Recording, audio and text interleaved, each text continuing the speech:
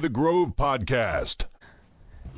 Hello, my name is Tabs and welcome to episode 198 of the Grove Podcast. Now, thank you for listening and I hope you're all doing very, very well. And so, the new Premier League season is upon us. At the time of recording, we are a little over 48 hours from Arsenal kicking off the 26-27 campaign and the start of our title defence at home against Coventry City on Friday night. And we get to ride on the Arsenal title challenge roller coaster one more time, and I've just about recovered from last season, and to be honest, I really can't wait. I'm very excited, really looking forward to it. Going to be there on Friday, and it's going to be an incredible atmosphere, and good to see the boys in red in the league again, and there we go. And look, in today's pod, we will be getting our Nostradamus on, making predictions on how the season will go. We're also going to take a look at our so-called rivals, seeing what business they've done over the summer and how they're going to be challenging for second place and below. And then we'll finally have a look at the Coventry game and, have a massive chat about everything we know about Coventry. So, there we go. We'll see how that one goes. And joining me today, fresh from his Eastern European tour, is Andy. How are you doing? And you excited for the new season? You fit and ready to go? Long time no speak, Tab, really. Very much excited for it. I wasn't up until, I think, 2 minutes past 3 in the Community Shield, because I don't know, I think I've said to you a couple of times I wasn't that into the World Cup and just kind of took a break from football over the summer, but as soon as Lewis Skelly dropped that shoulder and slipped that pass through, I felt myself getting reeled back in, and then it was only ever a matter of time, to be fair, but that certainly helped, and it's nice being able to go in and and we've talked about it a couple of times, but have that monkey off our back and be able to go in as the champions, it just adds that extra bit of, it takes some pressure off and it adds that extra bit of enjoyment. Good stuff. No, fully agree. And also joining us today is Ian, aka Ask Cannon Picks. How are you? How are your crystal balls doing? Did you give him a good polish before the show? I gave him a very long polish, and because of that, I'm in great form now. I'm good. I echo Andy's sentiments there because I didn't watch any of the World Cup, and I've been gagging for this new season. So, really excited. And I have the predictions to end all predictions for today. Wow, looking forward to that. Yeah, look, I did for once. The boys have actually done some work before the show, which makes a change. So we'll be diving deep into that, into their predictions, into their allotted rivals section. So, but before we get to all of that, there was a bit of an Orm bomb this morning. I don't think it's the most exciting of Orm bombs, but one nonetheless on Ezri Konsa. He tweeted, Arsenal reach agreement with Aston Villa to sign Ezri Konsa. Deal for the 28-year-old defender worth 51 million plus add-ons. England international said goodbyes to his Aston Villa teammates and staff today. Set to take Arsenal medical on Thursday. Good. So, as I said, not the most exciting signing, but absolutely needed. So Andy, what are your thoughts on this? Any issue with the fee, age profile? How are you feeling about the signing of Ezri? No, certainly no issues with it. I'm actually as excited as you can be about a defensive signing when I've just been, to borrow one of Ian's phrases, gagging for that left winger to come in all summer. I'm really pleased with it. I mean, what is quite clear is that across this deal and what the Bruno G deal, we've went in with valuations, and it's not to say we've stuck to them, because I think we've went up from what our initial valuation on Konsa was. We certainly did it for Bruno, but we've met in the middle with these clubs, which is not something that you kind of typically see, especially with City launching 116 million at Forest for Elliot Anderson, or Chelsea doing the same for Morgan Rogers. So I don't know, I quite like that approach, and it shows kind of the benefits you can get from just being slightly patient, even though it is kind of slightly frustrating for us when you're like, it seems as though you're linked to somebody over the course of 10 weeks, and I don't know, at least in my head you're thinking that it's like a daily conversation, but from the sounds of it, it kind of quite a bit of discussions happened at the start of July, and then it went quite quiet as the valuations were quite at kind of polar opposite ends. But then over the past kind of couple of days, it had been accelerated by the player, which is obviously a really good thing because it shows we're getting another player that's coming in and wants to hit the ground running, and is kind of not quite moving mountains maybe, but is certainly doing all they can to join the Premier League champions, which I think is good. The player, I think he's good. He's a kind of starting top six starting centre back. Won the Europa League last year. Good European experience, good England experience. We're obviously never going to be able to replace Saliba.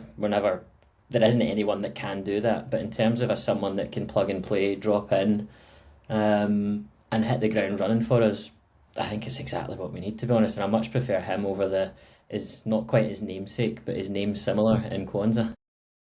Yeah.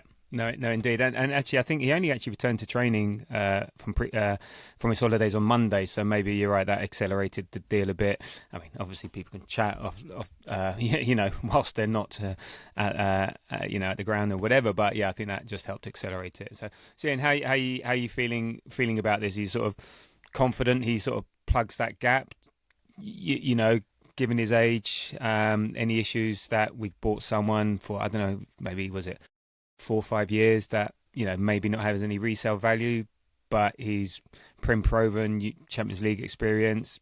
28 is 26 as far as centre backs concerned. Are you happy with this? Was absolutely needed. Yeah, you said at the top of this that's not a very exciting signing, but I actually think it is a very exciting signing, just purely from the terms of, like, when I've thought about this season. I've been so positive and so confident until I remembered that William Saliba was injured, and then I remembered that Ezri Timber is injured, and like, I think this signing for me has kind of taken about 60-70% of that stress and anxiety away from those injuries, because you have a plug and play, as you describe him, player who can go in, play at right back, he can play at centre back, which I think he should be able to do without a huge amount of fuss. Obviously, he'll have to go in and get to know his teammates and whatnot. But I just think any doubts we had, any Arsenal fan when they were thinking of this new season, they would have, if they could change anything, it would be to have a fit Saliba. And as Andy just said, of course, you can't replace William Saliba. Nobody can. He's in the top 2-3 defenders in world football. But to have somebody who can come in now and do a good job at centre back or right back if needed, it's just another addition, another high quality addition to an already stacked squad. So yeah, I'm very happy with it. Yeah, he seems quite a typical signing of our strategy at the moment. Like, he's in his prime, like you said, 28. At the moment, and for a centre back, they're still relatively young. As I said, he's got the Premiership experience, he's got the Champions League experience. I think for Villa, he's bang on 3,000 minutes for the last couple of seasons, plays 95% of the games. He's got a good injury record, but it seems to be for now. So, but it is part of our win now strategy. That where we're going. He also is familiar with the likes of Eze, Rice, Saka, Madueke. So that we're building that England contingent. Arsenal now have the core of that England team, sort of playing for us. And I as I said, like, I think had Saliba not got injured, then maybe we would have gone for more of a right back, a younger right back profile that would bring into the club. Maybe move Ben White on, but we had to do something. For me, if you had to pick between this and a winger, it was going to have to be a solid backup for Saliba. Because the other thing is as well is that even when Saliba does come back, we have to ease him in. We're going to be in that period. By the time he comes back, we're going to be in that 3 games a week period, and he will not be able to do that. And the same with Timber and White. We don't know what happens and so on. And also one way to judge how good a signing is to see how the opposition fans go and having a look at their Reddit. Their fans really rate him. They're really unhappy to see him go. A bit like Saliba for us, when Konsa doesn't play for Villa, their win percentage drops by 10-20%. And his stats, stack up. He's like, top ground duel success last season, in the league, and he's one of the fastest centre backs in the Premier League. So I think it's all upside from that perspective. I think the only downside is, again, we're spending a lot of money for someone that ends up potentially being a backup. Does it stunt or stilt or whatever the word, Mosquera's development within the team? But if we're winning the league again, not going to spoil any predictions, but we might. And did you see that any of those downsides being an issue, or it's just all upside? We had to do this, and this is the best of making do of the best of a scenario. Yeah, no, I don't personally see any downsides to it, Tabs. I mean, like you said, it's part of that win now strategy. And when there was these questions about who we should sign, I remember seeing that right back that played for Atletico Madrid last year at the Emirates, and I thought he was a really, really good player, and I was like, I'd love for us to go in and get him. But then, like you guys have touched on, the minute that Saliba is injured, it's a no-brainer that you need to replace him because he's such an important part of our squad. And then when it came out as Konsa, I was like, that's a good deal. I like that. I like the kind of flavour of it. But then when those Konsa kind of rumours came out, I mean, I don't know a huge amount about the player, but my brain, I think it was probably just because it was a couple of days after that Como game at the Emirates where Marley Salmon played so well. I didn't quite see how a younger player at 22, 23 in Konsa fitted with like the pathway for Marley Salmon. Whereas Konsa coming in at kind of 28, I'm not sure when he's 29, he gives you 2, 3, maybe 4 seasons of kind of plug and play elite performance in the Premier League. We know exactly what we're getting, while Marley Salmon allows himself to kind of build up physicality, build up experience, either with us or maybe on loan somewhere. And then kind of almost at the point where Marley Salmon's able to kind of join the first team and be that week in, week out starter for us across 2 or 3 games a week. That's at the point where Konsa's probably starting to fade away a little bit. So I think the Konsa deal makes far more sense when you look at it in combination with the pathway that I'm sure we've had discussions with Marley Salmon about. The money, it is a lot of money, but when you look at the market this season, it's just gone absolutely nuts. And like, I think 35 million, which I believe is where we started out, that is probably quite low. 60 million, which is reportedly what Villa wanted, far too high. So I think landing pretty much in the middle of that of, 50 million with a few add-ons, I think is a good compromise. 50 million for an international Premier League, like, starting centre-back. You said about his minutes, you said about his reliability.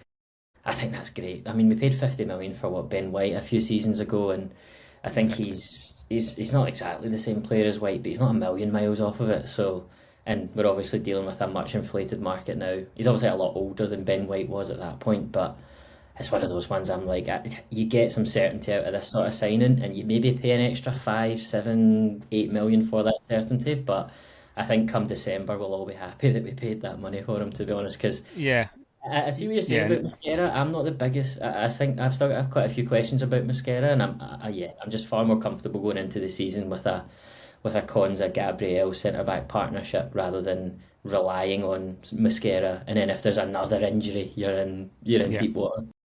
Yeah, and in terms of the money, I think he's like one of the highest centre backs ever. Highest valued or paid for, whatever, transfer fee for a centre back at that age. I think Bonucci might have been the last one when he was sort of transferred from Juventus to Inter. And all the rest of it.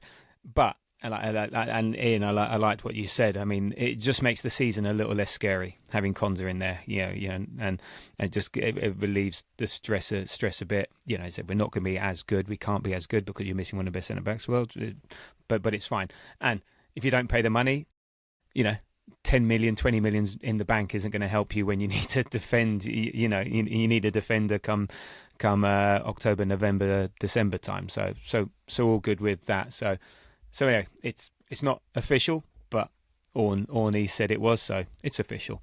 And let's see if he comes out in his baggy jeans before the Coventry game on Friday. Let's see. The other thing that sort of came out today was sort of not huge, but there was an interview with the BBC with Richard Garlick on transfers. And he was basically saying that they're not actively seeking to sell homegrown talents. But he said, I can't stop other clubs being interested. I think Miles has had a fantastic end of last season, has started this one really well. We're really very, very happy with him. Ethan's had a great season. We are not actively looking at selling these homegrown players, but if the right opportunity came up, right for them and the club, we'd obviously consider it. So, it's not saying they're not for sale, but he's not saying they are for sale. So Ian, the last week or so, it's been funny with that and the Martinelli stuff. Yeah, where do you stand on, if any of these had to go, who would you want to keep, who would go, and and also how it's been managed? That hasn't sat well with me either. Yeah, this is the part where as fans, like when a club's doing well, inevitably it doesn't want to lose its players. Like, God, go back 5-6 years ago more, and we would have sold every last player we had, only for we wouldn't be able to field teams. But this is a good sign. Like, I don't want any of our, especially our Hale End talent, that have broken into the first team. I don't want any of them to go. But realism sets in. You can't have 28 players in your squad and realistically keep everybody happy, because you can only field so many players. Even on a match day squad, there are only so many players allowed. So it's just a part of football these days. And you look back, City did it. City have sold some players, like Cole Palmer's the perfect example. The City fans weren't happy. Has it hurt them? No. As in, has it hurt the club? Did it hurt the club at the time? No, because Man City went on to win many titles, as we know. We won't mention the 115 though. But we're now in that position, and it hurts the fans. And I think we're going to lose. Ideally, what I would love to see happen is Ethan go on loan. Keep him. Don't sell him. Keep him. I think Miles. I think it would be insane to sell Miles right now with the form that he's in. The strange thing is that at the start of last season, we were all saying, well, Miles is going, isn't he? Because we brought Hincapié in on loan. Calafiori was there, so he was our third choice left back, and he was sat in the doldrums for a long time. And then out of nowhere, the last 6 weeks of the season, he's he's running the show in midfield for us. So we went from, Miles is gone, to, oh God, we can't sell him now. But that's where I'd stand. I'd love to see Ethan go on loan, and I would love Miles to stay. With Gabriel Martinelli, because you mentioned him, again, he's a guy who we all fell in love with when he burst onto the scene. He was one of the few highlights of the squad, but I think maybe we've outgrown him, and if we were to get a decent bid from him, I think we should sell him. But I agree with him. He deserves the. I just don't understand the fees being bandied around. We just won the Premier League, and Gabriel Martinelli is very young. He's got oodles of experience, and they're talking about 40 million from him. It's like, what's wrong with you people? If he is to go, I think he should go to a top 5 European league, and we should get 60-70 million from him. That's where I am with those. Understandable. So, Andy, are you a bit surprised also the way this is all? It's all been a bit un-Arsenal, bit washing your dirty laundry in public, or a bit. I don't know. How has that sat with you? Because it just doesn't feel very Arsenal, especially with the way we're trying to run our culture, the environment we're trying to, Arteta's trying to have at this club, and I don't know. Some of the way it's been managed could be a bit destabilising. Yeah, it does feel like a bit of a step change, but I guess part of that's probably the way that Andrea Berta seems to do these sorts of things, and part of it's also probably just kind of the incessant Fabrizio Romano other ITK people needing something to report. So sometimes I think it generates noise that, like, there's one specific thing that's happened and then they need to be seen to be tweeting all the time. So it generates this kind of noise when it's only really one thing that's happened. And it almost seems, it makes it seem it's worse than it actually is.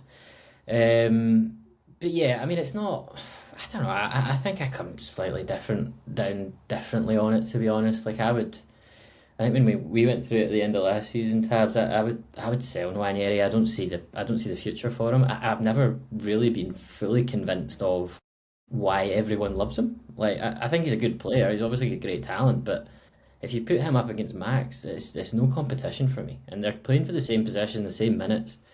One thing I do feel quite uncomfortable about when Nwaneri is Noni Madueke, because it's like I just don't get that. But that's from what I can understand is he didn't want to play on the right wing. So then it's like, well, you're looking at the season ahead, and you've got, for me, you create space for Max Dowman. Martin Odegaard seems to be completely released of any pressure and any kind of monkey he was carrying on his back from last season. I mean, it was only one game in the Community Shield, but I guess you could probably put the World Cup in there slightly as Yeah, well. I was about to say the World Cup has regenerated him to a certain extent. Yeah, Yeah. And he just looks like he looks back to his old self. And like, I don't want to over egg it, but like, if we've got Martin Odegaard from 22, 23 and 23, 24, like we're laughing. Do you know what I mean? And like, when you've got, it's kind of similar with that Konsa Salmon thing I was talking about, when you've got Dowman as the young player and Odegaard as the incumbent. What does that mean for Nwaneri? And I'm like, well, if we loan him, we're in the same position next year with a year further like windowed on his contract. I would own, like, I know you need to have buyers for these players, but I would move him on now. Miles, completely agree with you, and I think he's not miles off starting for me. I think he's brilliant. The way he carries the ball, I honestly love him to bits. So we wouldn't be moving him on. Martinelli, I mean, yeah, again, I've not been a fan of him for a long time. Like, I think I said to you a few years ago, he's like one of those players that gets you to the top four. And I like the phrasing, Ian, about like we've outgrown him. He's a top four player, and yeah, I think we've got to move on. And sometimes that does feel awkward. It feels clunky and it feels a wee bit slimy. But if that's ultimately what gets us the money to bring in a left winger or a striker or someone like that, then I think it's, yeah, maybe just close your eyes to that uncomfortable part and then enjoy the part that comes in through the transfer window. yeah. I think with Martinet, go on, Ian. So can I just say real quickly on Martin Odegaard? I fully believe that Martin Odegaard of last season, and especially towards the end of last season, was playing within himself because he really wanted to play in that World Cup. I think with all the injuries that he had, I think he was like literally at 50%. And now that the World Cup is out of the way and he had a good World Cup, I think we will see the older Odegaard. Now, I don't necessarily like that. If that is true, and I genuinely believe it is, I don't like that he would have done that, but I don't care so long as he brings it back to us next season. Yeah. No, fair enough.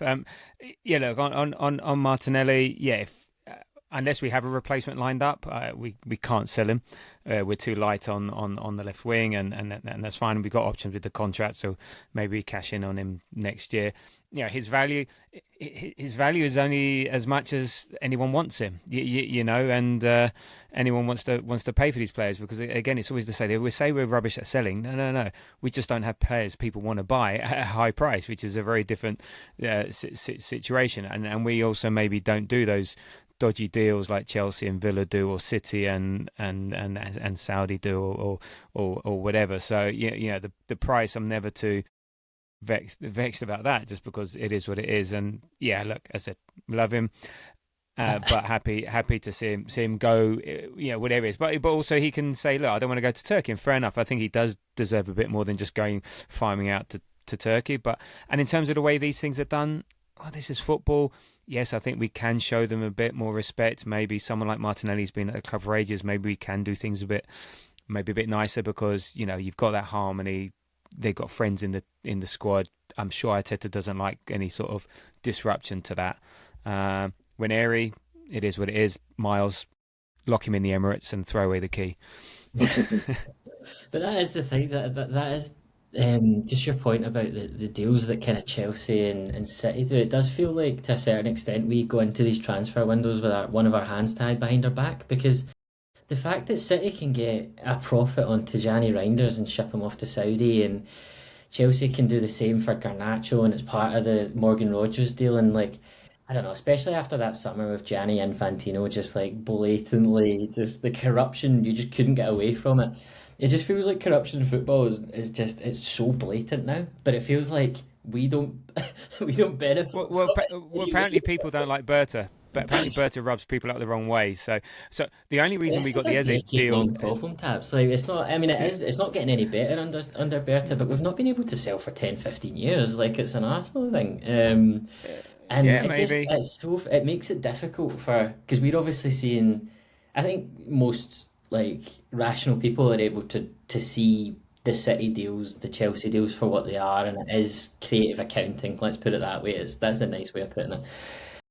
But it still just does leave that element of frustration. It's like they seem to be getting all these deals in, and to be honest, it actually probably speaks to how another tick in Arteta's box as to how well he's doing, because he seems to be managing against, not against all odds, because we do spend a lot of money, but he's just managing in the face of this like blatant, like, I don't want to say the word cheating, but this blatant like kind of getting around the loopholes of the rule. Manipulation of Yeah. there you go. Look, But it is what it is. Again, yeah, I but it don't just get makes it I so don't much get more difficult for us to sell, and yeah. that's where I think a lot of my personal frustration comes in, because like we should be getting good fees for these players, but then it's almost at that point for me now. It's just like, just get a good fee rather than holding on for an extra 5 or 10 million. Yeah, a lot of the time it's damaged goods. I think the only time we can get a good fee is someone like Nwaneri.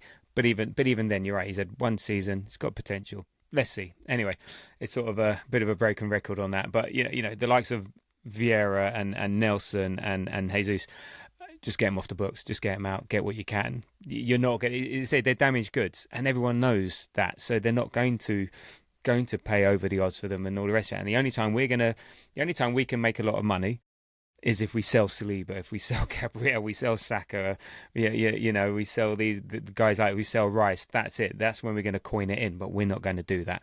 So you can't. The market is what the market is, and away we go. But anyway, let's move on from that. So that's the latest in news. So on to our predictions. Yeah, we are the most stable team in the Premiership, bar injuries. We've got the least disruption in terms of ins and outs. Long standing manager at the helm, and so we're in a really, really, really good place. That we got the most complete squad, complete team. Of course, there's room for upgrade, but those are fine margins. And I think the club believes the next 2-3 years are the window for creating that dynasty that Arteta was talking about, to steal a march on the likes of City, on Liverpool, on Chelsea, and whoever. So with that in mind, what are you looking forward to as far as this season is concerned? Not looking forward to, and what are your expectations in general for the season? And then we'll get into the specifics in terms of placing and ordering and stuff like that. So I'll start with you, In. So what are you looking forward to and not looking forward to the season, and what are your expectations for the season? I don't know why I focused there firstly on the not looking forward to, and I, I can't. There's nothing that I'm not looking forward to. Like, yeah, I'm going to ignore that part of the question because I can't bloody Okay. wait for the season. But what am I looking forward to? I'm looking forward to.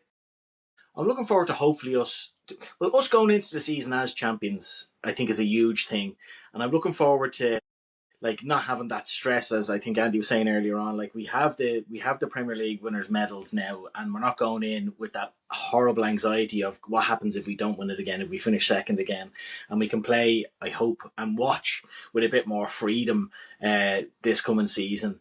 And the now it might be an outlier. We only know in a few weeks, but I loved how we played in the Community Shield.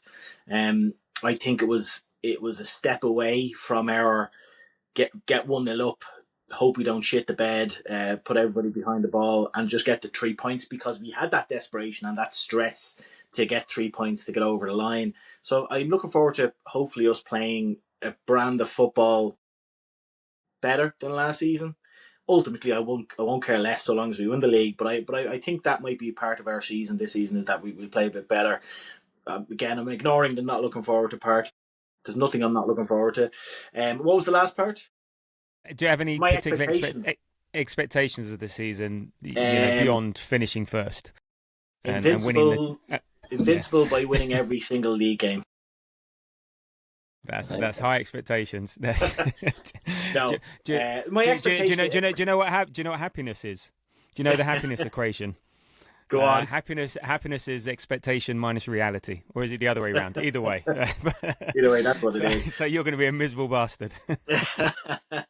Well, maybe what I'll say is my expectation. Then I'll rob a part of my first answer and say my expectation is that we do play a better brand of football than last season, and that's my expectation, as well as hopefully.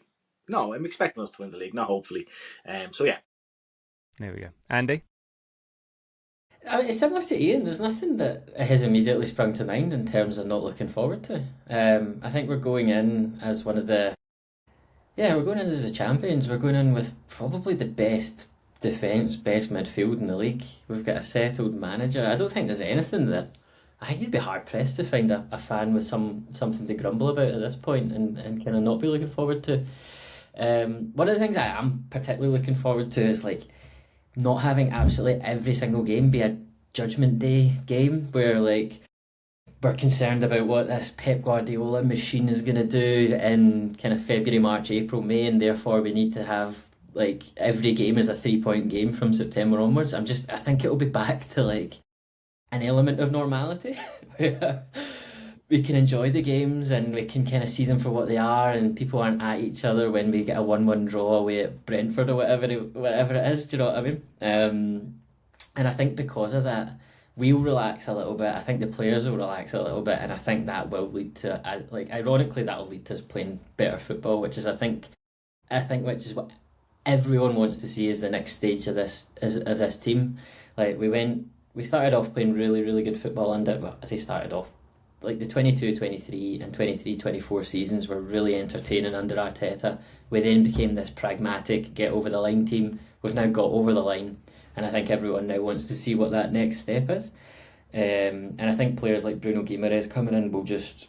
I think he's going to be such like a transformative player for that midfield for us, and I'm really excited to see what he can do for Saka and Odegaard, and to be honest, Martinelli, if he stays, and Kai Havertz. I think he's going to have us playing such a much more attractive brand of football. And what was the last part of your question? Sorry, Tab? Yeah, just expectations. What you're expecting to see, and yeah, I think I kind of flop on this a wee bit from us running away with the league to you kind of play against the level of your opposition, if you know what I mean. So like, because we've been up against this juggernaut for so long, it's kind of required the 85, 90 points or whatever.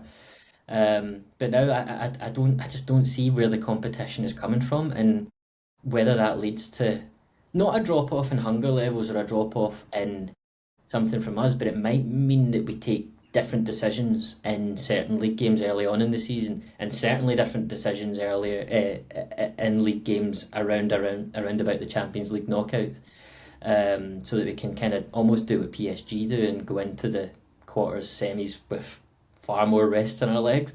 So yeah, and that would probably mean a slightly lower point total than we're maybe used to. Which we've probably calculated that we're comfortable with, because, like I said, I just can't see where that. I'm looking at your prediction here. That's not a lower That's not a lower points total. I'm talking shite, Tabs. I make this up by you know this. Right, I'll just step in there. Like, what was interesting, you said, "Oh, not going to run away with the title." People forget. I think we actually won the title by 7 points, 85 to us. City on 78. Next was Man United on 71, and then next was Villa on 65. So we're 20 points above fourth, 25 points above fifth. But you're right, it just didn't feel like we ran away with it. We didn't run away with the title. Come on, like up until 2 weeks. No, but 7 points is 2 wins and a draw. So yeah, you're right. That's not running away with it, but that's quite a large margin. No, But yeah, I'm being a bit facetious. And yeah, I'm being a bit facetious. I'll start. My expectation is that we manage the squad and the team better, and we say Arteta will learn. Hopefully, Arteta will learn. Again, if we have some luck with injuries, okay, if Saliba, Timber, whatever, we're going to. But I'm expecting him to learn from last season, to be able to manage that squad. So we are coming into, like you said about PSG. Now, I don't think we're going to go as extreme as that, because the Premier League will not allow that. It's such a hard league. You can't do it like that.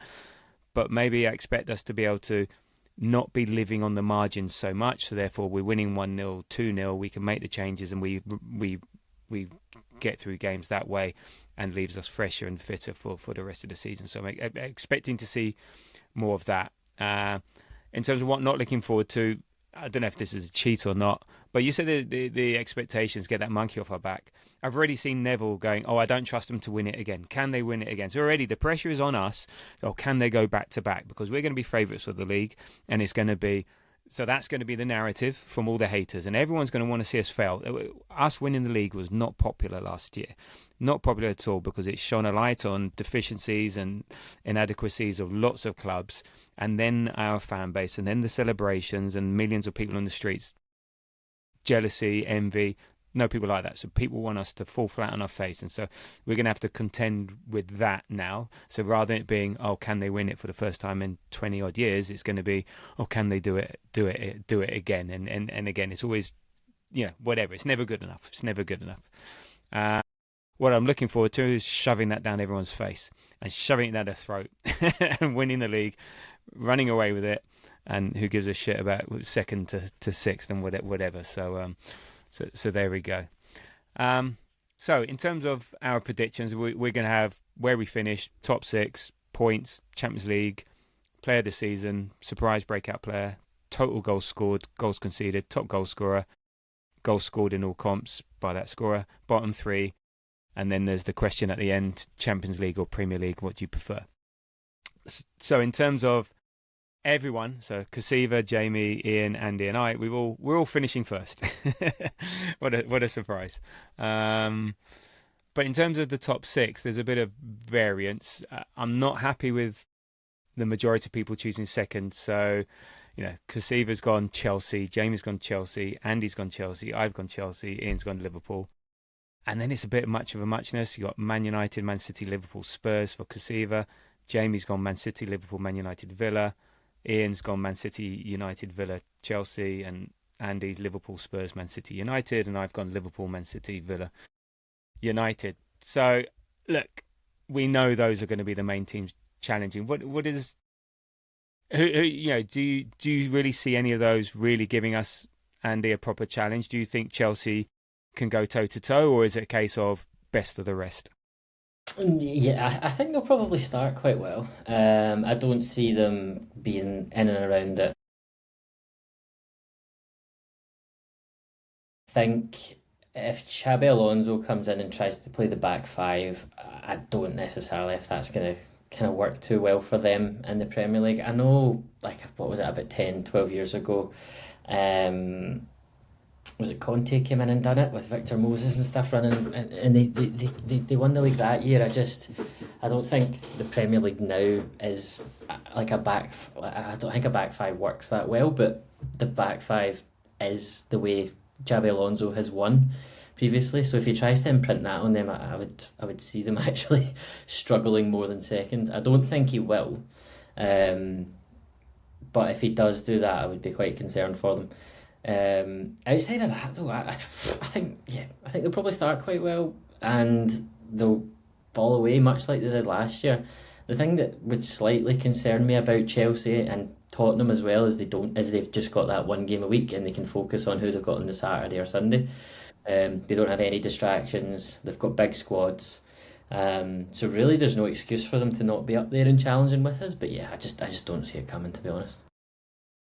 Indeed. Okay, so we go to points. We're roughly in the same ballpark, and this is interesting. So Kasiva's gone quite high, 93. Jamie's 88. In 92. Andy, you're 91, and I'm on 89. So considering, as I said, last year we won it on 85 points. Now, here's some stats for you.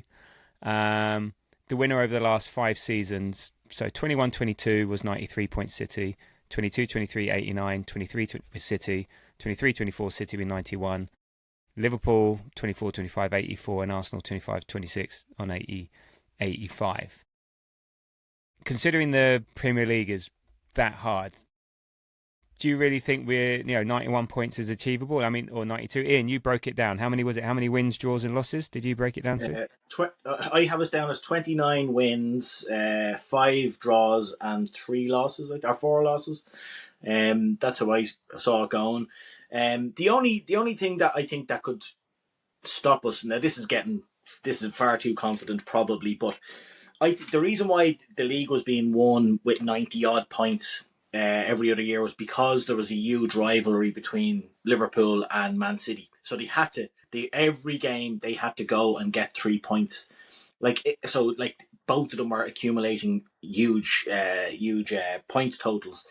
There does exist a situation where if the rest of the league, the new managers don't do their thing, and it just doesn't happen for our rivals, there is a world where we don't have to, when we're playing, obviously we play till we basically have it won, but thereafter we could have the League One in, I'm not saying we're definitely going to do this, but we could have the League One in April, mid-April say, or basically won, with teams that far behind, and we can take our foot off the pedal knowing that we don't have to get to 90 odd points. That's the only way I think we won't get up that high, because we have the capability with this squad of basically winning every game we play in. Obviously, it'd be very hard going to the likes of Old Trafford and the City of Manchester Stadium, or the Etihad, whatever you want to call it. So we're not going to win every game, obviously. But I think the one thing that could stop us from getting the big points that myself and Jamie, or myself and Andy and I can't remember who else, 3 of us put them in the 90s. Kasiva, I think. Kasiva, yeah. Yeah. Is that we won't need to get to that point, because nobody else is. I don't see any of the other teams getting even up to mid-80s at this point. So that's the point I was trying to make when we were talking about the expectations. It's like we will be good enough to get there. It's just I don't necessarily know if the other teams will keep us that honest for us to actually have to get to that level, and then therefore we'll make line-up decisions based on the Champions League. A bit like how Liverpool dropped off when they won the league, and then they started to tail off, sort of thing. They very much did that sort of thing. Yeah, I mean, the average points is 88. 88.4 to be exact.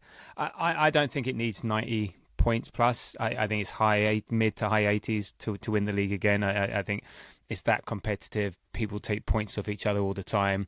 I think we've gone optimistic here. I think the reality is that it's going to be nearer, similar to last season. Maybe we were on a course to get, had we not screwed up against Bournemouth and stuff like that, again, that could have been 88 points, whatever.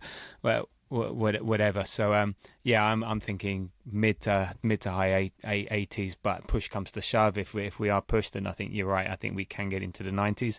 It's just statistically and on aggregate and historically, it's when the league is this competitive, it's not normally required. But yeah, we're winning the league and we're winning it by lots. Right, okay. Next up, Champions League position. So Kasiva's got us in the final, but runner-up. Jamie's got us in the final, but runner-up. Sounds familiar. Ian, you got us winning it. Whee! Andy, turncoat, in the semi-final. And then I've got us winning it. And that's only because I was thinking quarter-final. It's either quarter-final or winning it. And I wasn't going to put us predicting going out in the quarters. So I'm going winning it. I'll ask the question now. So I said Champions League or Premier League back-to-back. Andy, you said Champions League. Ian, you said Premier League, and I went Premier League as well. Yeah, Ian, what makes you say you'd rather... I say you'd rather.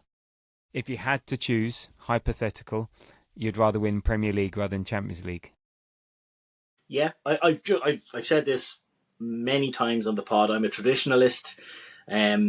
I will always choose us to win the league. Now, if we win 5 leagues in a row, okay, throw me a Champions League, thank you very much.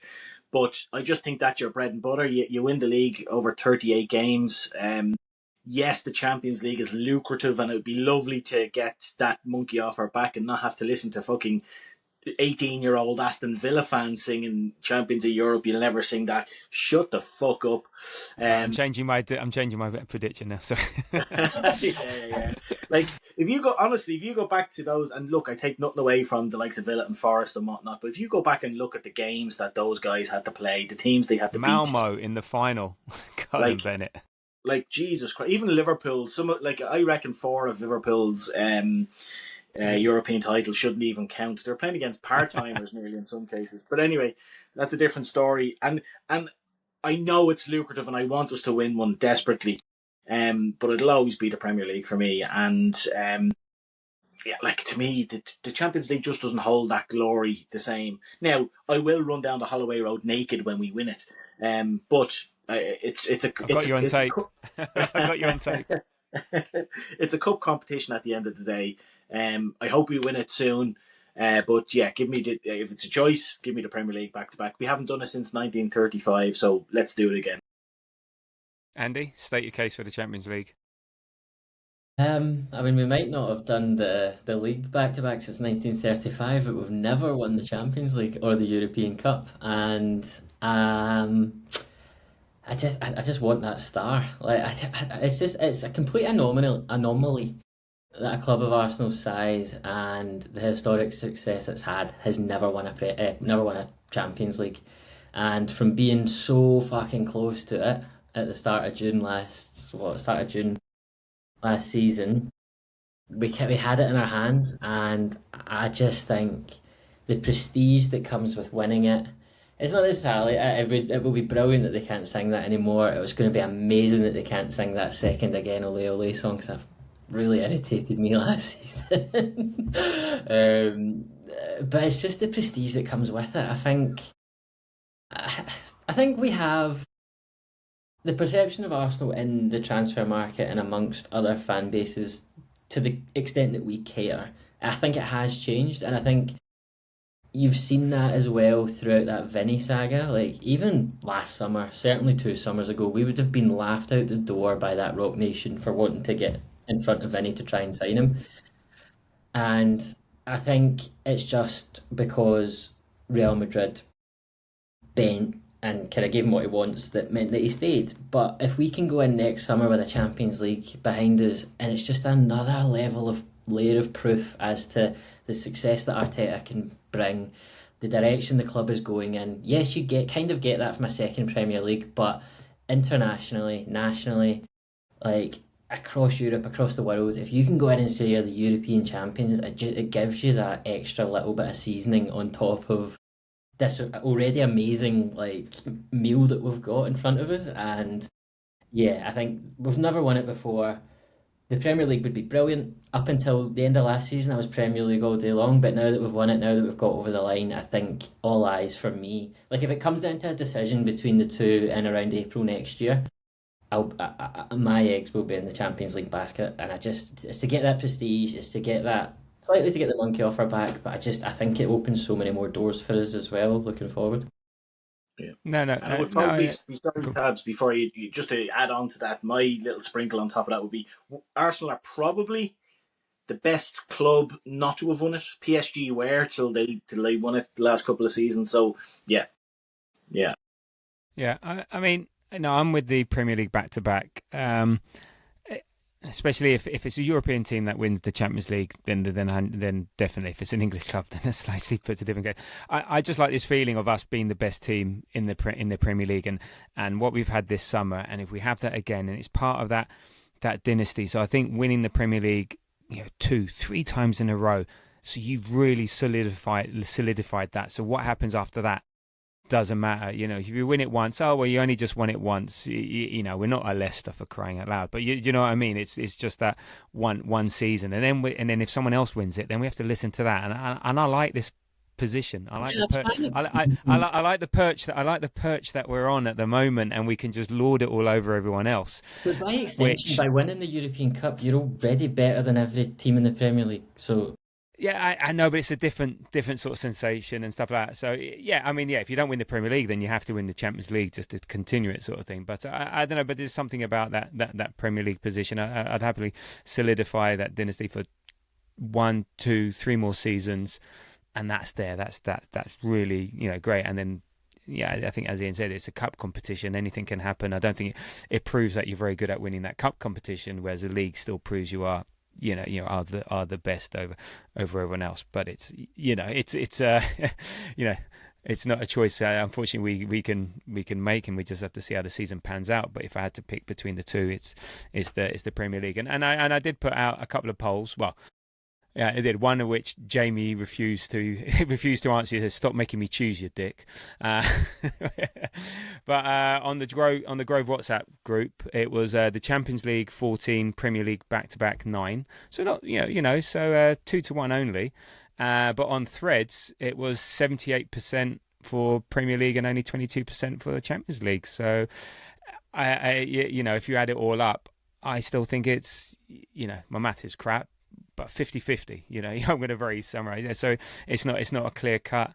I think it's like Ian, you said, it's that mix of traditionalists and the what the Premier League means domestically versus the prestige of the Champions League and that goes. And then maybe on your point, Andy, maybe we get someone in, say, hey, you're the one who's going to take us to the Champions League promised land, and we use that as a bit of a hook. If we've already won it. Sometimes you think, oh, they've already won it. What are the chances that they're going to win it again? Type stuff. So maybe use that as a bit of a hook to get in. But I don't know, just clutching at straws there.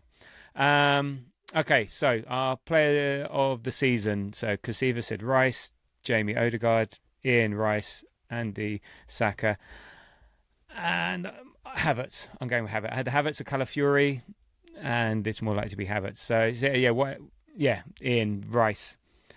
Well, it's not difficult to see why, but can he do it? Can he do it again? Can he do it again? Yeah, I just think he's just his level is so high. He has tasted the success that has come or that came last season, and I just think he'll go again. I think he embodies everything that we are. He's the one player. Him and Saliba are like the only players where you don't want to be without. And yeah, he's just the horse, isn't he? And I think he's going to do it again. You don't think he's too bejanked from having played 1 million minutes last season? But if you cut Declan Rice, he wouldn't bleed. Oil would come out of him. So he'll be fine. He'll be fine. Good. I'm glad to hear it. And actually, Andy, I was very close to saying Saka, but yeah, why do you think Saka's why do you think it's Saka's season next season? I just think as a fan base, we've slightly forgotten about how much of a insanely talented and pivotal player he is for us, and I think he's coming off a season of injury, and he looks to be kind of again not over-indexing the Community Shield, but he looks slightly back to his old springy and explosive self, and I think we're going to be able to manage his minutes a lot better this season now that we've got over the line. I think adding Bruno will help a lot. When I was kind of deciding on it, I was factoring in Bruno. I was factoring in a better Odegaard season, because when Odegaard was on fire, Bukayo Saka was on fire. So I think it's coming back towards his time, and I think if we've got Havertz fit as well, I just think he's. I think he was still good last season. He certainly wasn't up to the levels that we expect from him. But I think he's had a bit of a break. We can continue to give him that break in the short term. His talent's just undeniable, and I think I was at risk of kind of slightly forgetting it at points last season. And I honestly just think he's going to come in with those new players and just rip it up next season.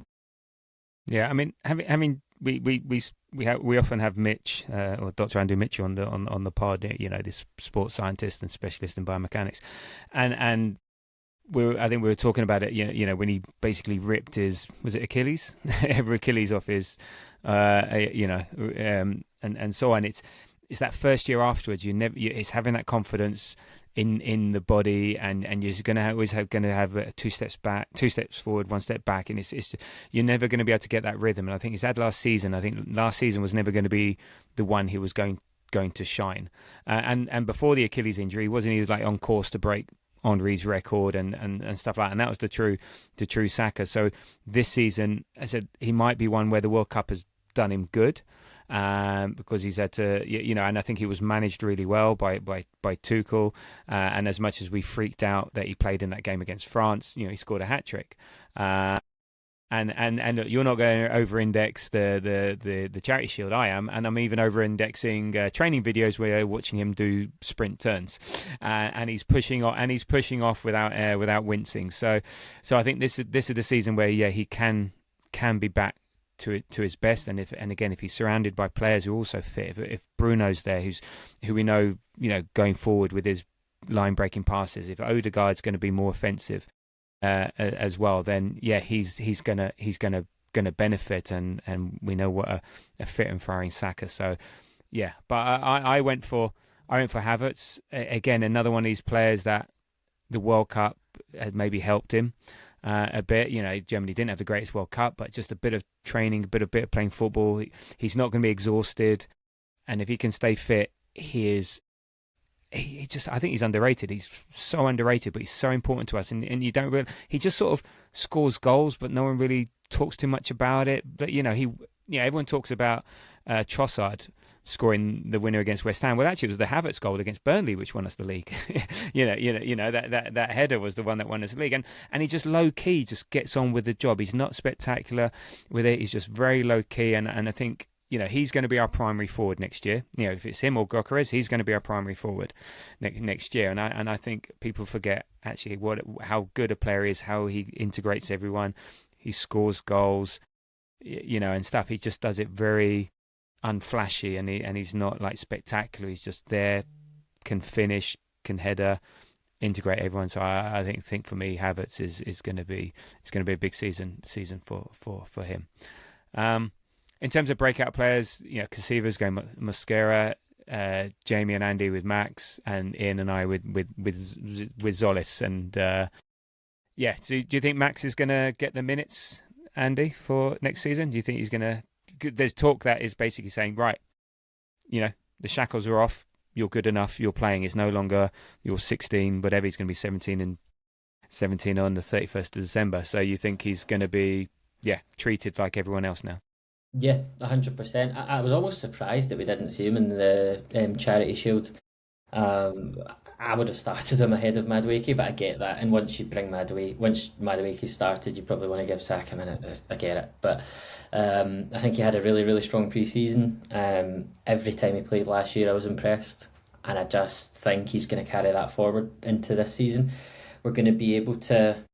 the benefit of having that less pressure on every single league game having to be 3 points is we're going to be allowed to be a wee bit more flexible with our lineup, and I think that is only going to be to the benefit of Max Dowman, to be honest. Whether it's in his favoured position or whether it's out on the right, I think he'll get quite a lot of minutes. Like, I don't know in terms of games how many games he'll start between now and the end of the season, but I think he'll play quite a lot, and when he's on the pitch, he's magic, and he does stuff, and he lights it up. He gets you on the edge of the seat. All the classic cliches. He's one of those players, and I almost like when you asked the question, Tabs, and what was it, surprise of the season or something? And I'm like, is breakout? Is he a breakout player? Because I was like that Everton goal last year was almost his breakout moment, and does it feel fair to then because every other fan base now talks about Max Dowman. My pals know, who are all Scottish football fans, know who Max Dowman is. So I was like, can I say Max Dowman for a season where he's already kind of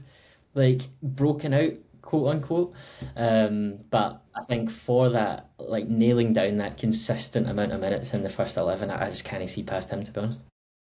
Yeah, I think it's more when he's players that breaks into the first team more. We all know about him, but he's going to be. It's more like he's going to play a lot more than we think, or he's going to contribute a lot more than we think, and he's not just there. We're not. I felt like we were using him last season to develop him. Mm-hmm. It was more about developing him than there were times when game state, but it was more about his development, and we introduced him at times where that would support his development. Now, there were times where actually he came in like bloody Everton because he set up the Gyökeres goal, and he scored that goal. And then Liverpool away he came on, but it felt to me it was more like, okay, we'll bring you on because I think we're going to win, irrespective, yeah. But here's a chance for you to develop because we know you're the future. But whereas this season it's going to be, no, Max, you're playing because you will be a difference maker, and that's maybe a slight nuance there. And so in Zolis, it seems like Zolis impressed you in pre-season. Yeah, and look, Zolis might be too obvious an answer to this question because. Like, it's obvious that he's going. Well, not obvious, but like it looks like he's going to have a really good season. But I think he's even going to supersede our expectations of him from preseason. I think he's going to take that on into the actual league season, and I think he's going to really surprise us even more. And obviously, you'd still want to sign, a Vinicius Junior of some sort, but you wonder, God, like what would that do to Zolis? I still think we should. If we can find somebody who's better than Martinelli, we should still do it. But I just think he's incredible. So he's been incredible so far. His work ethic. There's like not only has he got his assists and his goal, like he's been seen back in our box doing what Trossard and Martinelli do. He's got what I include the penalty he got fouled for against Dortmund, wasn't it? I know it doesn't officially count as an assist, but I think it should. And so I'm giving him 6 assists and 1 goal pre-season. Like, I mean, that's incredible. And I know, it's pre-season and all that, but I'm really excited by him. And I think he's going to have an excellent season. Did you see those videos in like the just like styles and body movements between him and Alexis Sanchez? It was like was almost like body double. Yeah. Wow. No, he's good. No, I'm pleased, and I think in terms of breakout, I think it's just more like expectation. He's going to be beyond expectation. People think, the Belgian league, so what? But yeah, his stats were incredible, and actually the Belgian league is higher up than the Portuguese league. I think it's 8th, and Portuguese is 9th. So and stuff like that. And I think he's got. There's something about him that you think he can translate that. There's something about what he does is translatable. Like he can use both feet, inside, outside. Does the simple things really well. Like you said, his work ethic and stuff like that. His set piece delivery is really, really, really good as well. And even just simple things. That header back to Havertz for the second goal, just perfect, perfect header and stuff like that. So I can see he's just going to be, again, not flashy, not shiny. He's just going to be a bit like Trossard, but I think he might even be an upgrade on Trossard because I think he might have more to his game. We just need to see what he's like in clutch moments. That's it to see in these moments. But I don't know, just a lot about him just seems to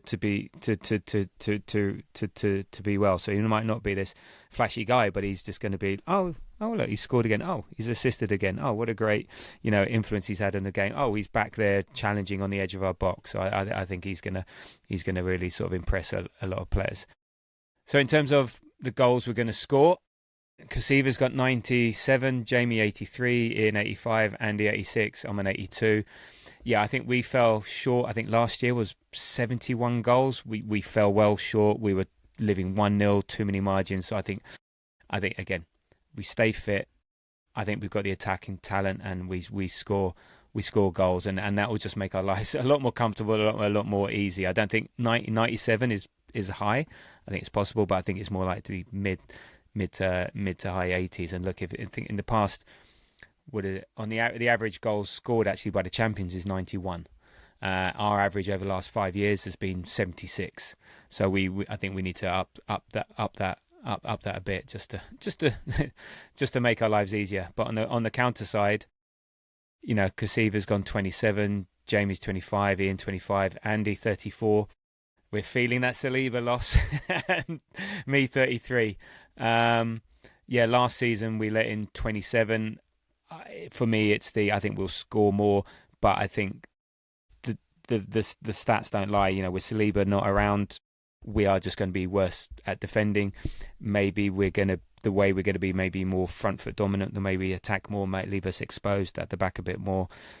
Timber's not around so much, so I think we will let in more goals, which, you know, again is let's have a look. Yeah, Ian, you've got us letting in less goals than last season. With the worst defence. This is the Ezri Konsa effect, I'll have you know. Yeah. Okay. I think we've elevated ourselves now in Premier League terms. People are going to be afraid to play us now. I think you think we saw low blocks last season. Wait till you see them next season. And I don't think there's going to be a huge emphasis. Well, I might eat these words, but I just think clubs will be afraid of us. And do you remember the times when clubs used to rest players when they were playing Man City because there was no point? Emery. Yeah, because they'd have like a relegation 6-pointer the following week, so they just go here, Man City, take those points. I think there's going to be a smidge of that this season coming with us. And I just think we'll beat last season's record or last season's total. No, good. I'm with you. And that's part of that aura, and that's why if we win more leagues, we might have that easy ride like City had for a number of years, where they give up before they even bother turning up. So, yeah, I'm for that. Top goal scorer, Kosiva, Jamie, Ian on Gyökeres, Andy on Saka, and I've gone Havertz. On that Saka thing, Andy, yeah, he 21-22 he was top scorer. 22-23 he was equal top scorer, and 23-24 he was top scorer, so 12, 15 and 20, Jesus. Then Kai, then Gyökeres over the last few seasons. So given that he's your player of the season, you think his goal contribution is going to be key. Exactly. And it was kind of a toss up between Gyökeres and Saka. I just don't think Gyökeres will get the minutes that he got last year, and that was kind of what led me down to, because you can get a Saka player of the season from multiple various angles, but I was like, I think he will also get enough goals. And I just can't see where, like, if Havertz stays fit, touch wood, I think Gyökeres will get minutes, provided he stays around, because I think there's still a question mark around that, isn't there? But I think it's quite clear that in most of the big games and in most of the games it'll be Havertz starting up top, and yeah, I think what did I like? What was it? 19 goals or something I said? Yeah, 19 goals, which is around his ballpark. I said when he had his best season, it was 20 goals in all competitions. So yeah, 19 sounds about. And kind of for the similar reasons as the player of the season, like having Bruno, having Odegaard there, I think he'll reach a really good season for output this year. And I don't necessarily see where else in the squad he'll have the competition for goals. Yeah, and I think maybe a bit less because I don't think he's going to play. Yeah, again, we can share the minutes with Dalman and Madueke. Yeah, I've gone Havertz 22. As I said, I think he will be our primary centre forward, and I think he's just low key a very good centre forward, and I think there's going to be plenty of chances for him to score. So anyone who said Gyökeres is wrong, especially Kosiva, 27 goals. I mean, look, if he's going to flat track bully the shit out of everyone, everyone else, I'm here for it. If he scores a hat-trick every week against the likes of Coventry, Hull, Ipswich and so on, then maybe 9 games and he's got that 27 goals. So there we go. Let's see, but let's see. And and the bottom 3. So Kosiva's gone Coventry, Hull, Ipswich. Jamie's gone Ipswich, Hull, Leeds. Ian's gone Coventry, Hull, Ipswich. Andy, Hull, Ipswich, Palace. I'm going to come back to you on that one. And I've gone Coventry, Hull, Ipswich. So why are Kosiva, Jamie and me right? And me, Kosiva and Ian are right. And Palace, where the hell did Palace come from? They got Tomiyasu, come on. I just think they'll have a follow. I think it was them or Forest. Because I think Coventry will stay up. I think they'll have just enough about them, yeah. Wow. I think they'll have just enough about them. It won't be by much. And then I was looking at who else it could be. And Palace, to me, just feel like one of those clubs they've had quite a lot of body blows over the past few seasons. Like they've lost their manager. They're in the Europa League next year, which I know they had European football last year, but I don't know. I think it might just distract them to the point where they slightly take their eye off the league. And I think one of the bigger clubs needs to go. And for me, it was like going to be, was it Forest? Or I was like, I even thought about Fulham, but I was like, nah, I think Fulham will be okay because like they've obviously lost their manager and a few players have came in from Real Madrid. I was like, are they going to lose? Flirted with Newcastle, but I don't know. I've just got it's just a feeling. It's more of a vibe choice, Tabs. It's not quite like data driven or anything like that. Yeah. I was kind of like No. they've lost their manager. He seemed to have them playing really, really well. Their manager went to Nottingham Forest, so that kind of discounted that for me. And I've got that feeling that they'll struggle. They've lost Lacroix. I'm surprised Jeremy Lima's still there, unless he's not. But yeah, it could be. Yeah, one of these clubs. I don't see it myself, but who knows? Jamie adding Leeds in there. Yeah, maybe, but it's more okay. It's not. It's going to be one. I think it's just that I don't think there are going to be three worse teams than Coventry, Ireland, Ipswich. So Tottenham are lucky again. Yeah, that's the only thing. It's just so hard to get it back into the league. Yeah, these are relatively small clubs and stuff like that, and so there's just something about them that I just can't see there's going to be three worse teams than those three. But there we go. Okay, so those are our predictions. Thank you for those. So thank you for your first part of your homework. You're all A+ for those.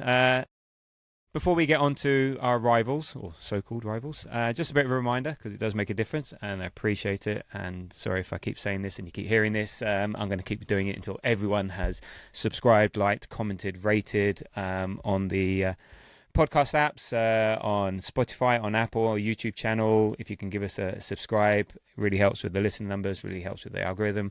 We do notice, and again, for that one person who unsubscribed, I will find you and I will make sure that you resubscribe. So there we go. So if you've done it already, thank you. If you haven't, just spend 2 seconds doing it now. You can even do it while you're listening to the next part of the pod. So there we go. Thank you. And I will keep doing this because it does make a difference. Right. Our rivals. There is a huge amount of change in managers, in players, turmoil, uncertainty, general cuntness by certain teams. Apologies. A lot of work that needs to be done for all these clubs. So we're just going to spend a couple of minutes on each team, just seeing where these are, how they're going to be next season, and why they're going to be in our wake. So we've got Villa, Spurs, United, Chelsea, Liverpool, and City, and I'll do it in that order. So who had Villa? Who's got Villa? And tell me, Andy, a bit about Villa and what we should be scared of and why we shouldn't be scared of them. Well, for the first bit of homework I've done in about 20 years, Tabs, I was... You've just done a coursework and stuff like that? You've been doing homework for the last year, haven't you? That's true, actually. So I got, what was it, Aston Villa and Man United, and what did the internet searches tell me about Aston Villa? Fourth in the Premier League last year, Europa League winners. I think that is as far and as best as it gets for our not so endearing friends up at Villa Park. I think, you said a lot of change, and I think it's just personified in Aston Villa. They've lost Morgan Rogers today. They've lost Ezri Konsa. They've lost Yuri Tielemans to Man United. They've lost Luca Digne, who was one of the better left backs in the Premier League, to PSG. A centre mid to Benfica. That Daniel Malin, who to be fair was on loan to Roma from January, but they've lost him. What's the boy for Belgium that done his ACL in the World Cup? Onana.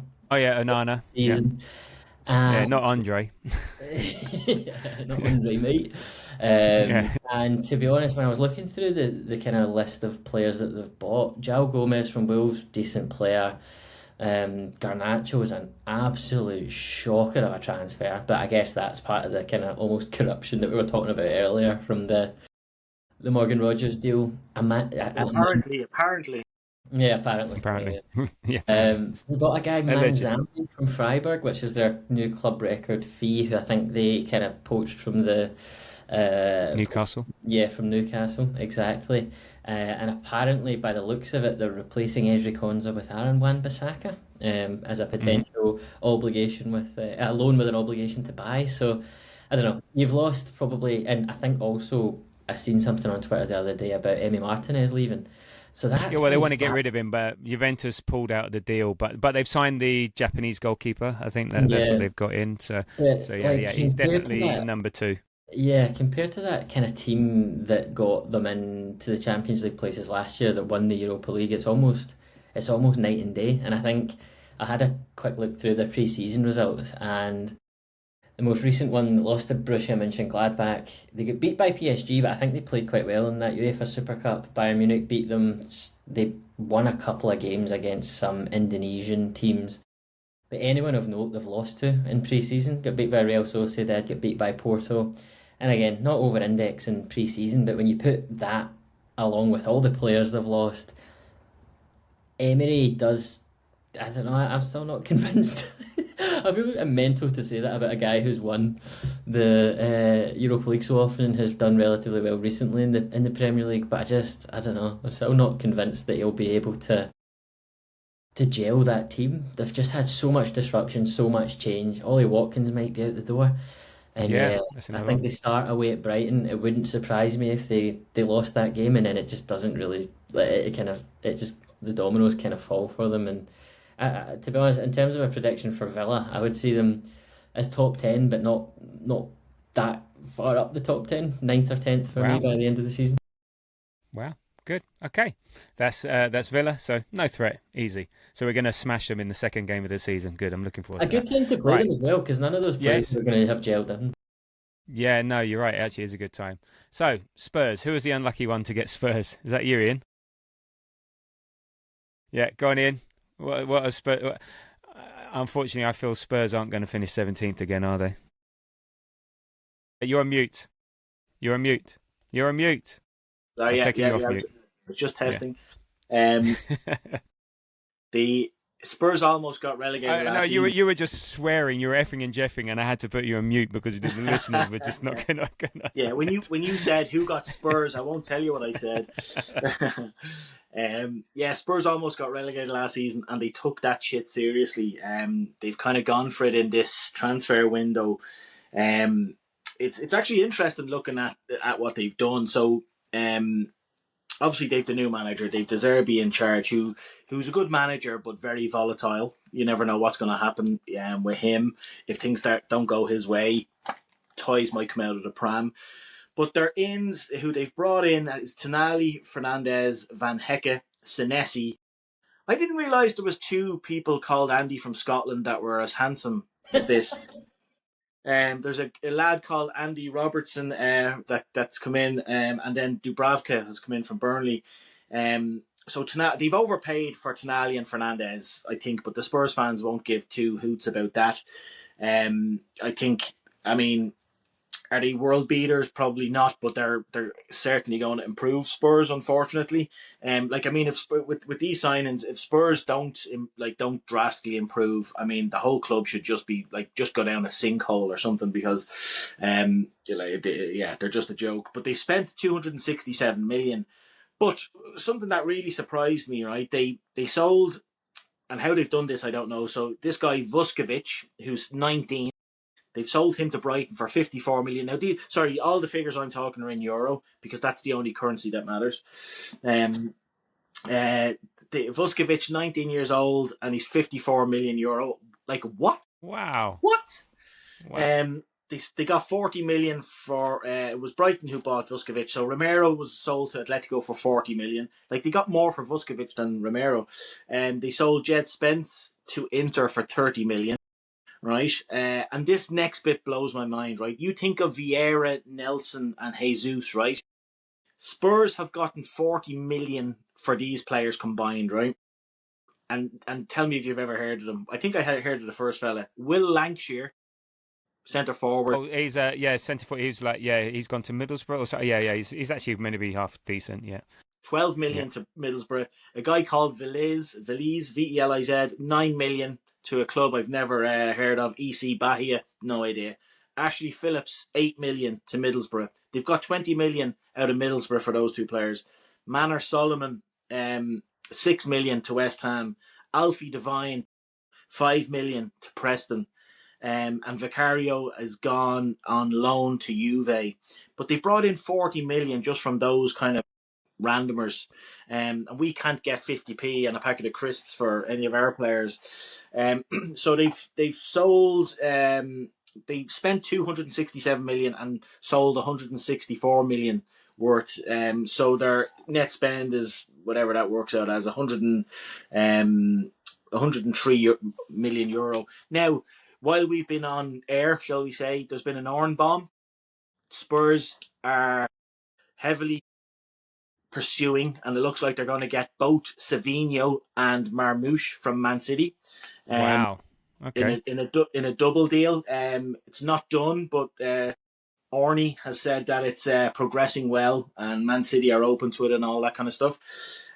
So that would be like, I don't know. There's no figures mentioned, but like I reckon about 170 million euro for both of them, maybe. They're also heavily linked with Cody Gakpo. I don't know if the fact that they signed Savinho and Marmoush, or if they are going to sign those, will mean they won't go for Gakpo. But yeah, heavily linked with them.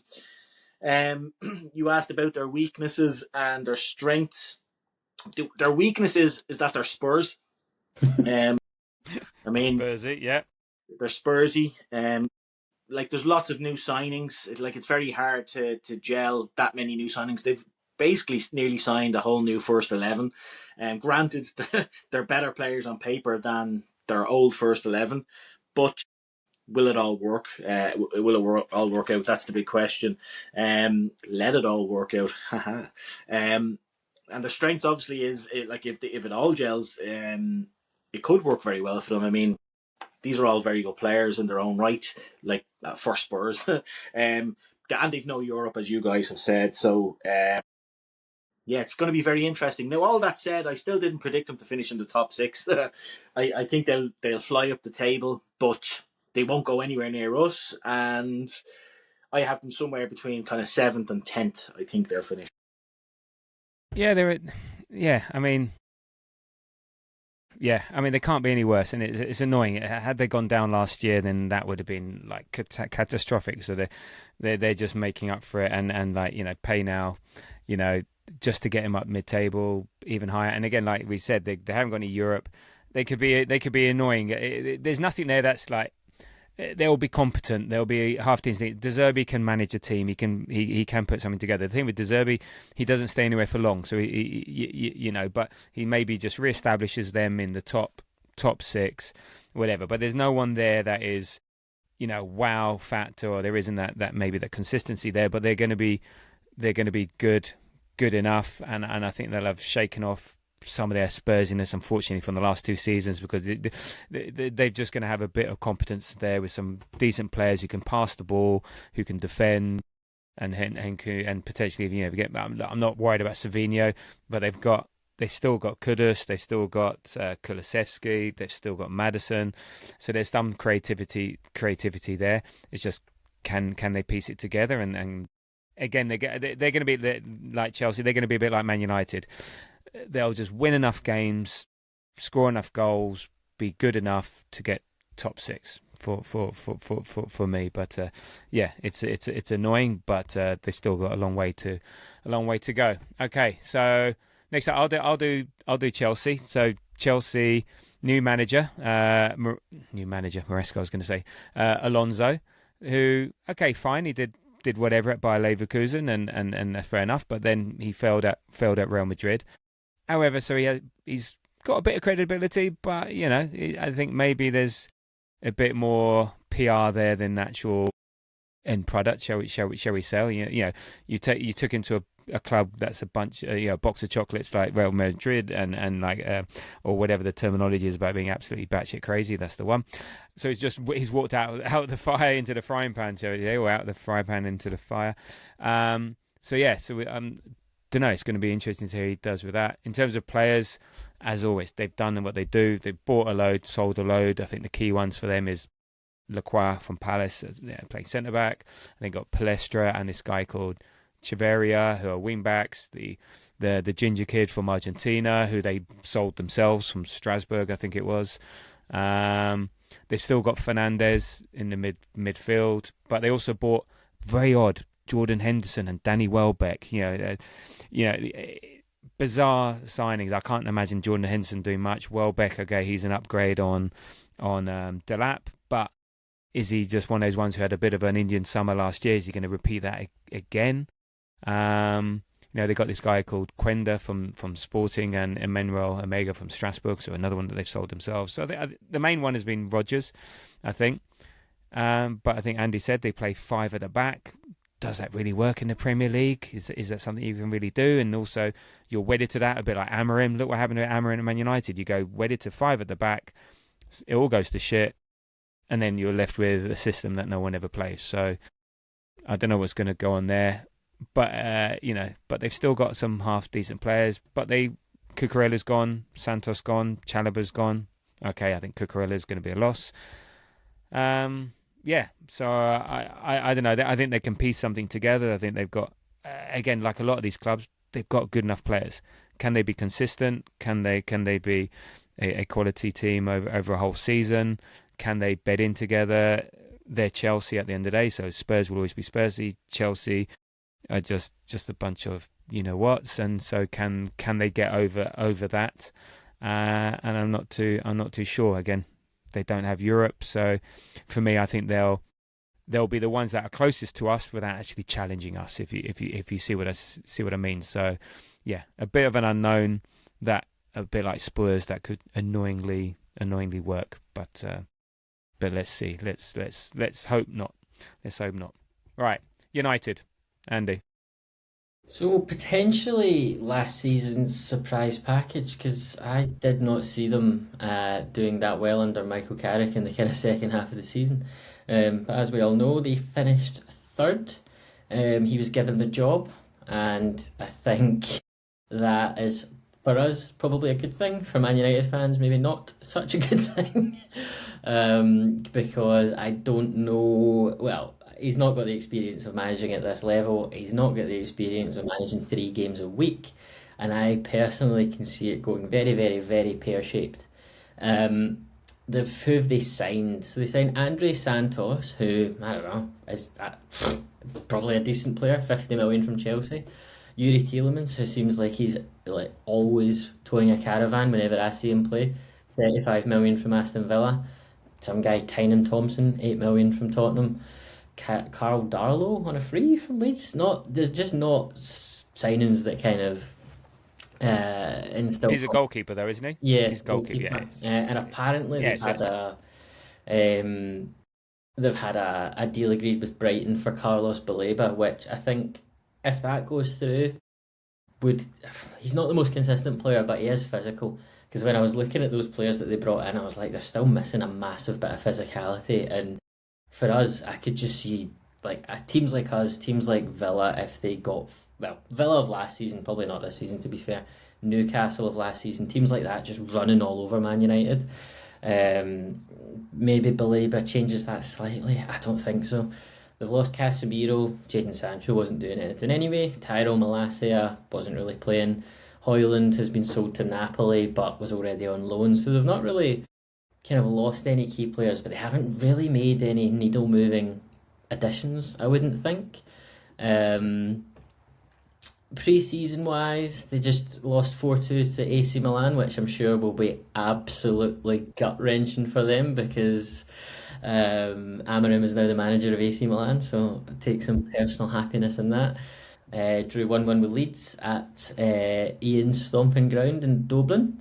1-1 with PSG, beat Atletico Madrid, but yeah, I don't know, just nothing that instills a huge amount of confidence. And I think so much of last season was built for Man United on Bruno Fernandes, and he overperformed. He obviously got the assist record. He massively overperformed. If he can do that again, maybe they'll have a good season. I personally don't see it. One injury to him and they could be looking, if they don't, it kind of all comes down, they might do something in the next couple of weeks which changes what I would say now, but based on where they are right now and that Bruno dependency, I can't see it going well. They're going to have a lot of games to contend with. They've got to go, they had the absolute minimum amount of games they could play last year, because they went out in the first round of the Carling Cup, the first round of the FA Cup. They had their 38 league games and they weren't in Europe.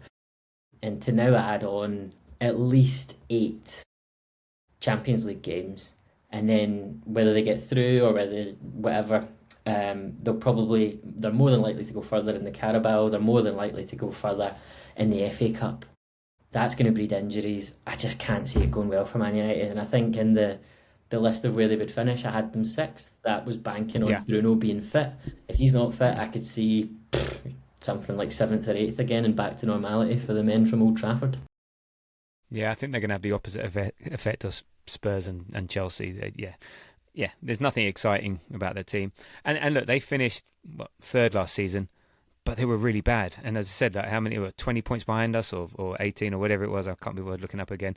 Yeah, they sort of stumbled their way to it, but that was more a reflection on the rest of the league and people taking points of each other rather than them being particularly good. And I think it was reflection on them having nothing else to do but play league games. So no, I'm not too concerned about them. Again, they're good enough to win a few games. They've got the stature, they've got the stadium, they've got some decent players, but a couple of injuries and they could be scuppered.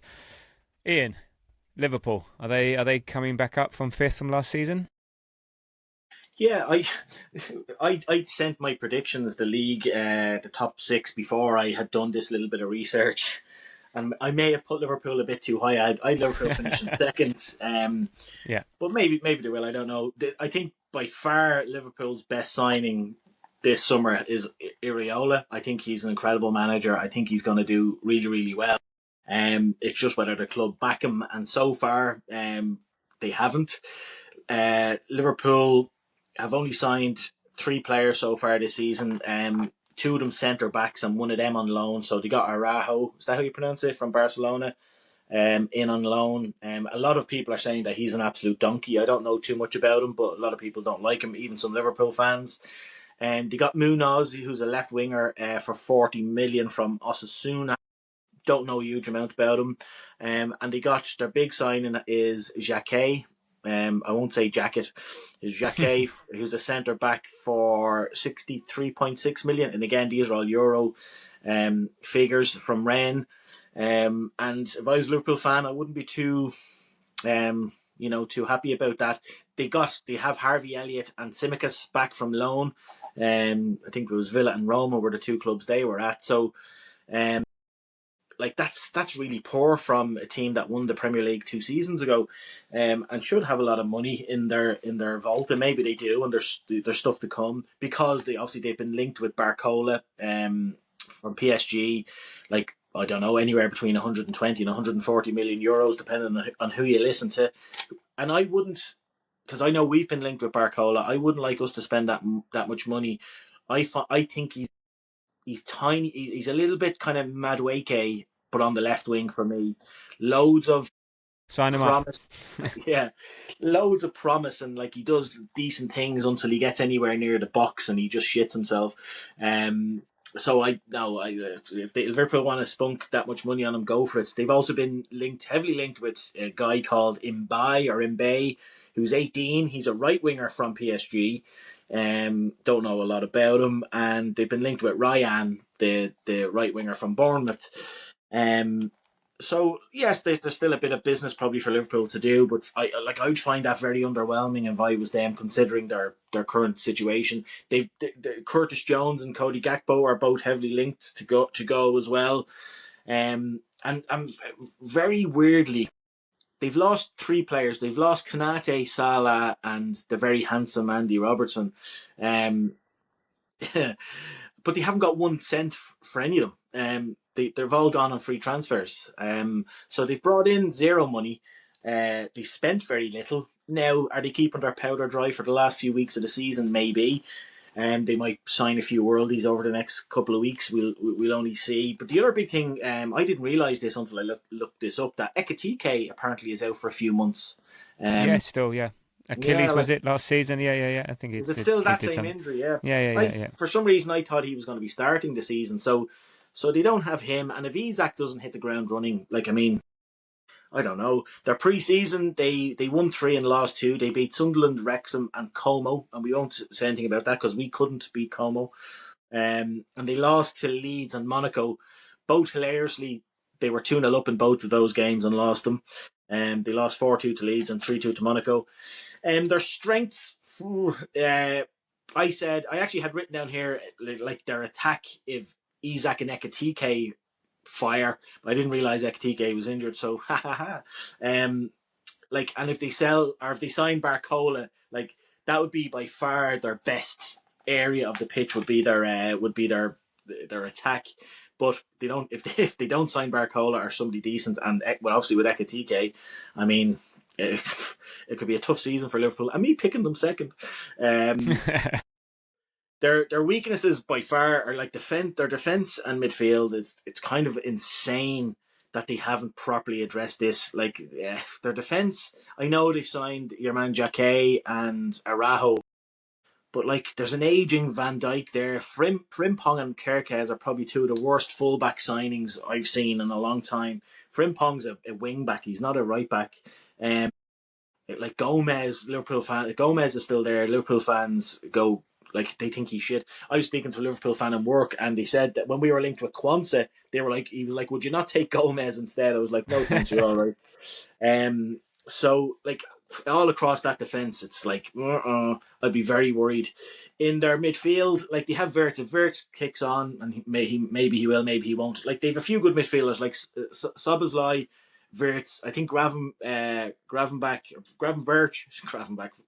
is decent, and McAllister has his decent games as well. But they've no real DM there. And again, if I was a Liverpool fan, I'd be worried. Their other midfielders are Endo, Inyoni, and Bajcetic. Like, I mean, that's as their backups. Like that's really bad if they have any injuries there. So. Yeah, I don't know. I'm gonna if I could go back and change my prediction for them finishing second, I would. No, you're not allowed. I'm not allowed now. I know, yeah. But I will say to back up my second claim is that if one manager can do it with a poor team, it's Iraola. Not with a poor team, but like what he did at Bournemouth. Bournemouth sold all their best players, and we thought like they're going to sink like a stone. But they nearly got Champions League football under him. So I think manager of all the new managers that have been appointed now at the top end of the table, he's by far for me the best one. He may not have the best season out of them all due to the players, but if there is a player who can get a song, or if there is a manager who can get a song out of these players, I think it would be him. So we'll wait and see. No, I agree. Yeah, but I think they're stacked up front, but yeah, midfield and defence would worry me. So there we go. All right, and finally for me, City. I'm not going to say a huge amount. I mean, look, it's the post-Pep era. Like Fergie, like Wenger. Not easy when someone of that stature, that importance to the club leaves.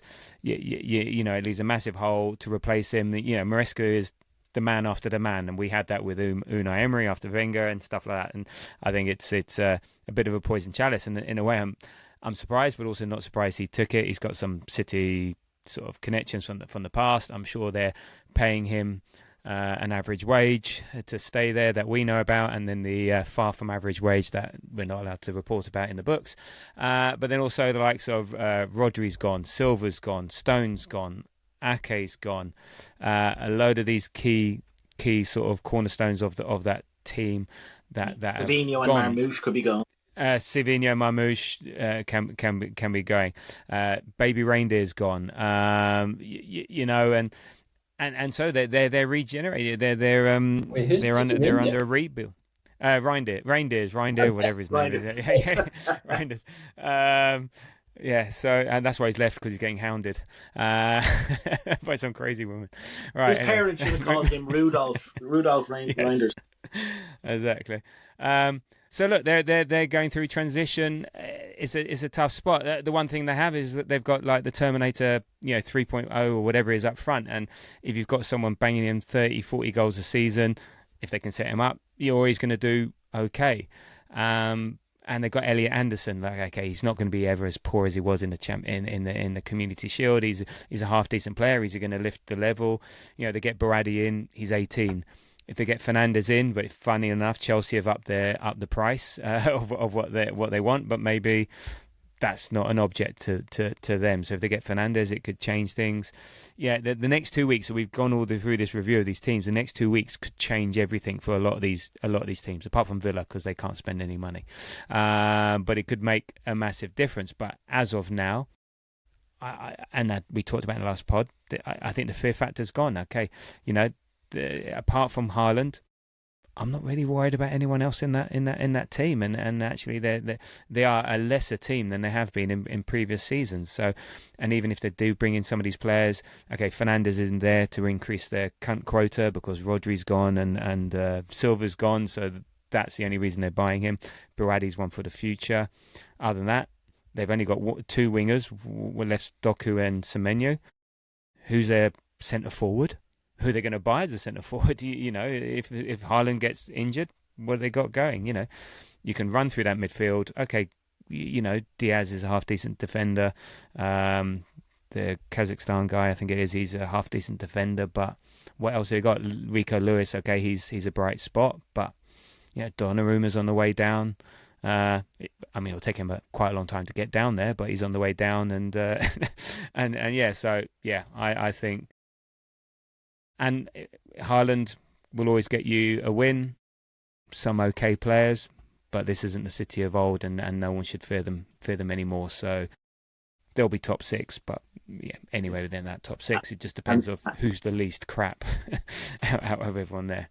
This will be Haaland's last season at City. You heard it here first.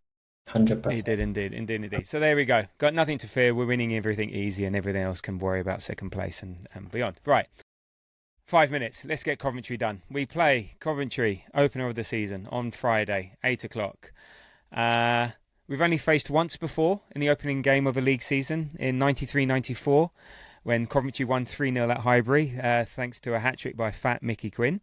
But, Arsenal have won their opening match in the last 4 Premier League seasons, so since losing to Brentford 2-0. So, I think history is more on our side, and I don't think they've got a Mickey Quinn in their team. So, Andy, what are you looking forward to and not looking forward to as far as Coventry on Friday night is concerned?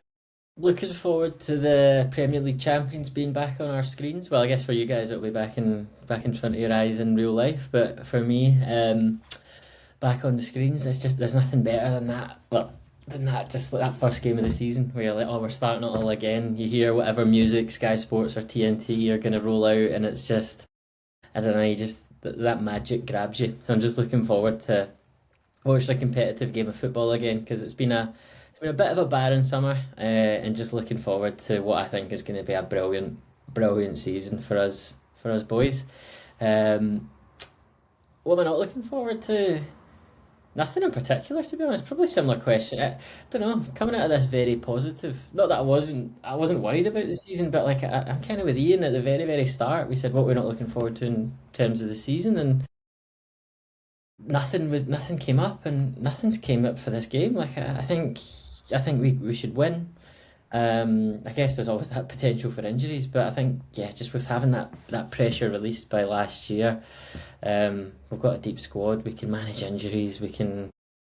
I don't necessarily see us being worried by anything that Coventry have to offer. To be honest, we're at home under the lights. I see it being a relatively comfortable Friday night. Firstly, Tabs, I just want to say I'm very surprised that you remember that 3-0 Mickey Quinn, because you were nursing a huge hangover after your 40th birthday. I would have been 20. I would have been 20 years old, so it would have been 20 years old, sure. I'm looking forward to being there, first and foremost. I'm so excited. It was great to see the lads in Dublin, but nothing beats going to see the Arsenal at the Emirates, as Andy said, under the lights in a meaningful game, especially after our whistles had been wet by that 3-0 win against City last weekend. So I'm just looking forward to hopefully an electric follow on from that performance. and an electric win. I do think I'm not looking forward to the possibility that like there's very little, but like it is Coventry's first time back in the Premier League since Tabs was 40. So they will have the bit between their teeth.